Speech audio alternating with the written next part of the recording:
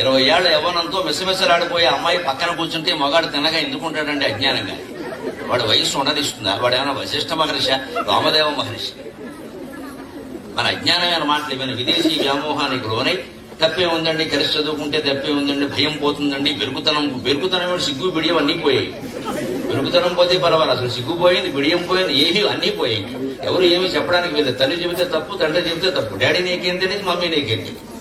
డాడీకి మమ్మీకి తెలియకుండానే వీళ్ళు పుట్టేశారు.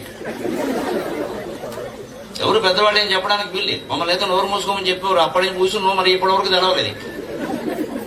మా నాన్నగారితో మాట్లాడడానికి 2 రోజులు రిహార్సల్ వేసేవాళ్ళం, పెద్ద ఎక్కి అంత భయంగా ఉండేది. అది మళ్ళీ మా అమ్మని ముందు పంపించి పైలట్ కింద కోప్పడకపోయినా కనీసం కొట్టడం అనే విషయం తెలుసుకుని అప్పుడు నెమ్మదిగా కొనిగేవాడు. ఇప్పుడు ఇదేం లేదు, తండ్రి నెత్తిమి ఎక్కుతున్నది ఇక్కడ.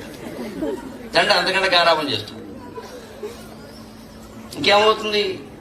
అందుకని వచ్చింది ఈ పరిస్థితి. పూర్వం విద్య లేకపోలేదు. ఎవరికి అవసరమైన విద్య వాళ్ళు నేర్పారు. భారతీయ స్త్రీతేనే విద్య. వంట చేయడం విద్య కదా, నలుగురికి వడ్డించడం విద్య కదా. వంట అంటే విద్య ఒప్పుకోరండి. హోటల్ మేనేజ్మెంట్ అంటే ఒప్పుకుంటారు. క్యాటరింగ్, కుకింగ్, కొత్త కొత్త మాటలనే వాడాలి. క్షౌరం అనకూడదు, బ్యూటీ పార్లర్ అన్న. క్షౌరశాల అంటే తప్పు, బ్యూటీ పార్లర్ అంటే అక్కడ జరిగేదేదే. క్షౌరానికి ఇంటికి అతను వచ్చినప్పుడు 10 రూపాయలు పుచ్చుకునేవాడు. ఇప్పుడు 1000 రూపాయలు పుచ్చుకుని క్షౌరం చేస్తున్నాడు. ఆడ మగ ఇద్దరికి చేస్తున్నాడు. మంగళవారం శుక్రవారం కూడా లేదు. ఎంత పవిత్రంగా ఉన్నామో. అమావాస్య లేదు, ఆదివారం లేదు. మొత్తం అందరూ కత్తిరించుకుంటారు.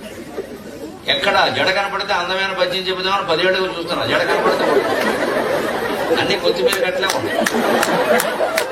అటు వేసిన కొత్తిమీర, ఇటు వేసిన కొత్తిమీర. అది కూడా కనీసం గోంగూర తోటకూర కూడా కాదు, కొత్తిమీర. అటు పడదు, ఇటు పడదు.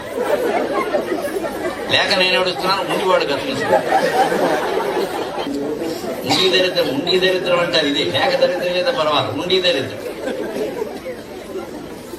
ఈ అనాచారాలన్నీ ఎందుకు వచ్చాయండి? ఏది విద్య ఇప్పుడు ఏం చెప్తారంటే మేడం, కొత్తగా ఫ్యాషన్ టైలరింగ్ విద్య, ఫ్యాషన్ డిజైనింగ్ విద్య. ఇదే పూర్వం మన వాళ్ళు ఇంట్లో కూర్చోబెట్టి కుట్టు పనులు నేర్పితే ఆడవాళ్ళని వంటింటి 10 ఏళ్ళు చేశారే వ్యాఖ్యానం చేశారు. ఇప్పుడు వంటింటి 10 ఏళ్ళగా కుంటింటి 10 ఏళ్ళు అయ్యారు.